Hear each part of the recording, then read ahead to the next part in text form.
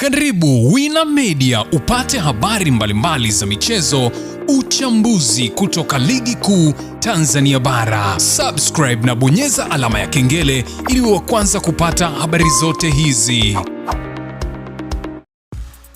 Mambo vipi mwanamichezo, ni wakati mwingine tena mzuri kabisa tunakutana katika channel yako pendo kabisa ya Wina Media, tukiweza kujuzana yale yote makubwa ambayo yanaendelea kwa sasa ndani ya kikosi cha klabu ya soka si wengine bali unazungumzia hawa ni klabu ya soka ya Wananchi Young Africans, ukiweza kushuhudia kazi kubwa ambayo inaendelea kwa sasa kunako katika kikosi hiko. Unafahamu ya kwamba klabu ya soka Young Africans walimtimua kocha wao kocha Pedro na timu ikabaki chini ya makocha wasaidizi. Sasa leo hii klabu ya soka Young Africans inaelezwa kwamba tayari uko imemalizana na moja kati ya makocha wakubwa kabisa wenye CV ya kutosha ndani ya kikosi cha klabu ya soka ya Wananchi Young Africans. Ni miongoni mwa taarifa kubwa kwelikweli kwa Wananchi Young Africans, ukiweza kushuhudia kile ambacho kinachoendelea kwa sasa kwenye kikosi chao.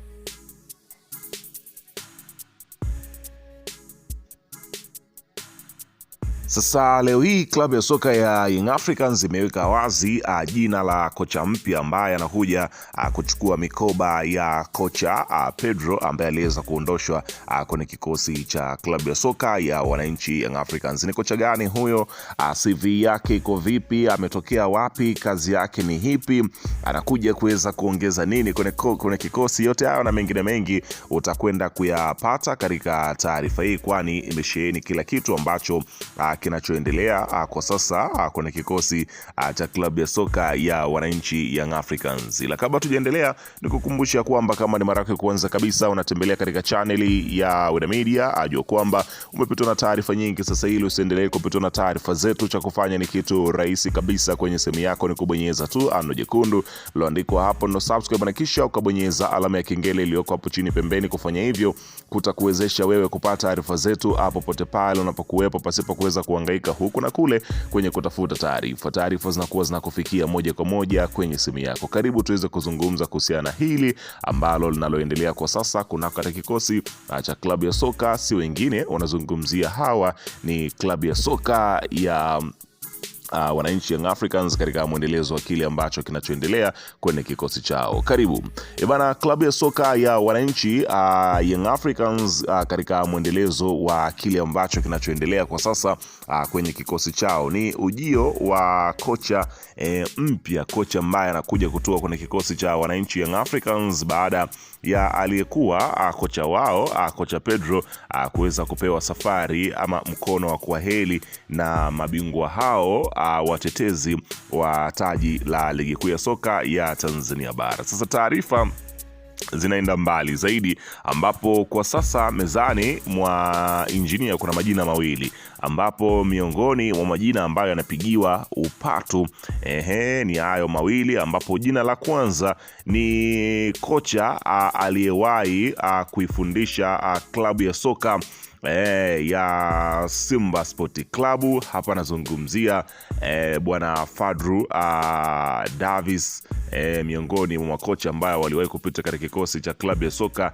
ya Simba Sport Club, ambapo inaelezwa kwamba kocha Fadlu Davis ni miongoni mwa makocha ambao wanapigiwa upatu kuweza kutoa kwenye kikosi cha klabu ya soka ya Young Africans, ambapo kocha huyo ambaye aliko pale Raja Casablanca, ambapo inaelezwa kwamba wanamuhitaji kwa udi na uvumba, ambapo Yanga inaelezwa kwamba wapo katika maridhiano ya mwisho kati ya wao na kocha wa zamani wa Simba, huku Yanga wakimtaka Fadlu ukiweza kushuhudia, lakini ubora wake unaambiwa kocha huyo anahitajika kwenye kikosi cha klabu ya soka ya Young Africans, ambapo kocha huyu viongozi wameamua kumrudisha nchini, lakini safari hii anatua kwenye kikosi cha klabu ya soka ya wananchi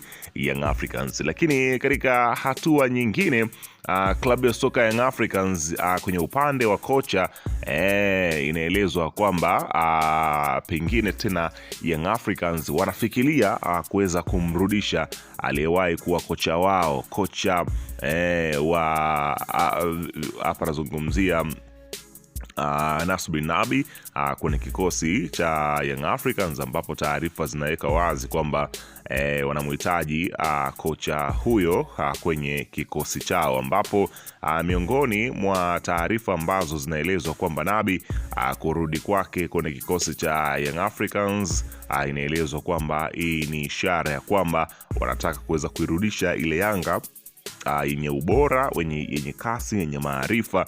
Kwa hiyo wanafikiria Nabi kuwa sehemu ya mkakati huo juu ya kile ambacho wanachokihitaji kwa sasa ili kuja kuchukua mikoba ya kocha Pedro. Kwa hiyo unaweza kuona namna gani ambavyo mabingwa hawa wa kihistoria, hapa nazungumzia Nasri Nabi, anatua kwenye kikosi cha Young Africans, ambapo unaweza kuona kama kwenye kumrudisha kuja kuendelea na project yake, kwani ukiweza kuona na ubora wa kikosi cha Yanga, na pia Nabi ni mtu ambaye anaifahamu Young Africans nje ndani.